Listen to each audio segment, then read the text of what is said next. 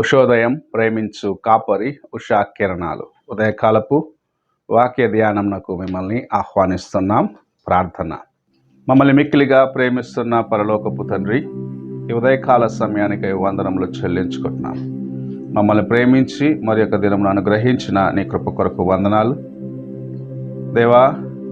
ఈ దినము నీ వాక్యము ధ్యానిస్తుండగా నాతోనూ మాతోనూ మాట్లాడము కార్యక్రమము ఆసక్తితో ప్రతిదినము వీక్షిస్తున్న ప్రతి ఒక్కరిని మీ హస్తములకు అప్పగిస్తూ నీ దీవెనలతో నింపి నడిపించుము. ఈ కార్యక్రమం అనేకులకు ఆశీర్వాదకరముగా చేయమని యేసు పరిశుద్ధ నామమున అడిగి వేడుకుంటున్నాను పరమ తండ్రి, ఆమేన్.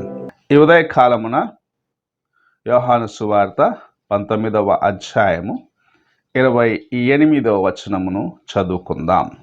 అటు తర్వాత సమస్తమును అప్పటికి సమాప్తమైనదని యేసు ఎరిగి లేఖనము నెరవేరునట్లు నేను దప్పిగొనుచున్నానెను. మనము చదివిన వాక్య భాగంలో యేసు ప్రభు శిలువ మీద నేను దాహము కొని ఉన్నాను అన్న మాటను చూడగలము. ప్రవచనము నెరవేరునట్లుగా ఆయన దాహము కొన్నవాడిగా ఇక్కడ మనం చూస్తూ ఉన్నాం. నీటి వాదుల కొరకు దుప్పి ఆశించినట్లు నా ప్రాణము దప్పిగొని ఉన్నదని ప్రభు కీర్తనాకారుడు మనతో మాట్లాడుచున్నాడు.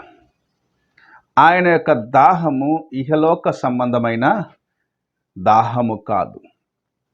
ఆయన ఆత్మలను రక్షించేదాని కోసము, నశించిపోయే వారిని విమోచించేదాని కోసము దాహముగా ఉన్నాడు అని మనకు బాగా తెలుసు. సమరయ స్త్రీతో మాట్లాడినప్పుడు నేనిచ్చే నీటిని తాగేవారు మరి ఎన్నడూ దాహము గొనరు అని చెప్పిన ప్రభు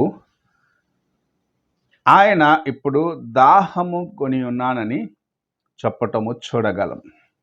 లోకమునకు సమస్తమును చేయగలిగిన ప్రభు, భూమిని సృజించినవాడు, ఆకాశ మండలమును సృజించినవాడు, జలమును సృజించినవాడు, గాలిని నీటిని భూమిపైన సృజించిన దేవుడు ఇప్పుడు దాహము కొని ఉన్నాడు అనగా అది శారీరక సంబంధమైన దాహము కాదు.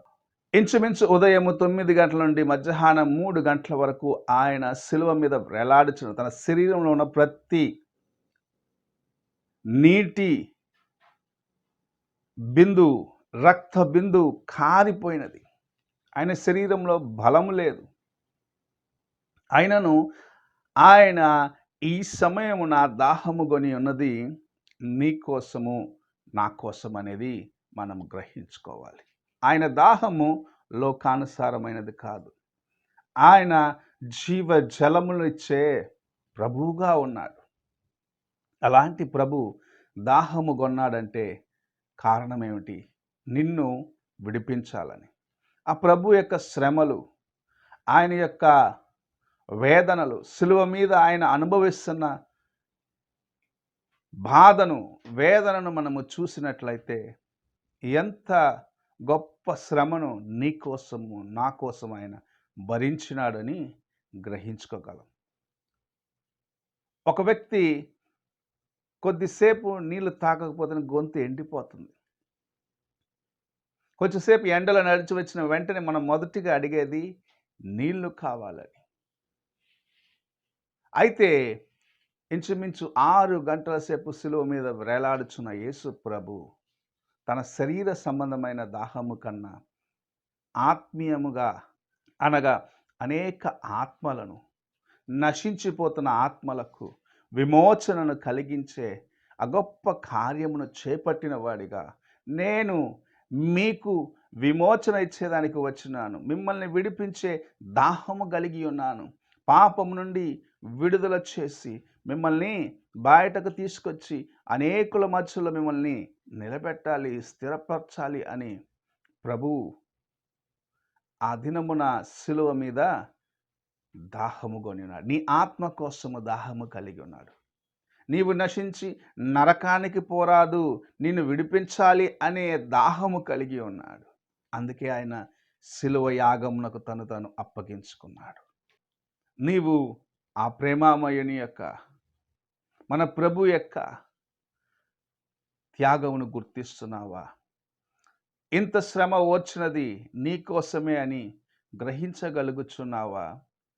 సర్వమును సృష్టించిన ప్రభు, సకలమును మాట చేత చేయగలిగిన ప్రభు, తన హస్తములతో మానవుని సృజించిన ప్రభు, దాహము కొనటం అనేది నీ ఆత్మ కోసము, నిన్ను విమోచించే దానికోసమని నువ్వు గ్రహించుకొని నిన్ను నీవు ఆయన యొక్క మార్గంలో నడిచేదానికి, నీవు ఎక్కడ చిక్కుకున్నావో, ఏ కార్యం నుంచి నేను విడిపించేదానికి ప్రభు దాహము కొన్నాడు అని మొదటిగా నిన్ను పరీక్షించుకొని ఆయన ముందు సమర్పించుకోవాలని ప్రభు ఆశిస్తూ ఈ ఉదయకాల సమయంన మాట్లాడుచున్నాడు. ఆయన దాహము నిన్ను విడిపించేదిగా ఉన్నది. ఆయన దాహముగా ఉన్నానని చెప్పినది నీ ఆత్మ కోసమే అని గ్రహించుకొని దేవుని సన్నిధిలో నీవు అప్పగించుకో.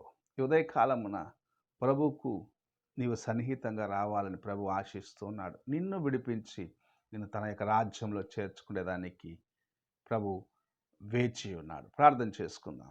పరిశుద్ధుడు అయిన యేసయ్య, ఈ ఉదయకాల సమయానికై వందనములు, స్తోత్రములు చెల్లించుకుంటూ, మేము నశించిపోయి నరకానికి పోకుండగా మమ్మల్ని విడిపించాలనే దాహముతో ఈ లోకమునకు వచ్చి గొప్ప యాగమునకు నిన్ను నీవు అప్పగించుకున్న గొప్ప దేవా, నీకు వందనాలు చెల్లించుకుంటూ, నీవు చేసిన ఈ గొప్ప యాగము వలన మేము విడిపించబడ్డాము. మాకు పాప క్షమాపణ ఉన్నదని గ్రహించుకొని నీ వైపు చూసి మా బలహీనతలన్నింటినీ సరి చేసుకునే కృపను దయచేయమని, నీవు అందుకే ఈ లోకమునకు వచ్చి ఇంత గొప్ప శ్రమను ఓర్చినావని మేము గ్రహించుకుంటూ నీ ముందుకు వచ్చి ఉన్నాము.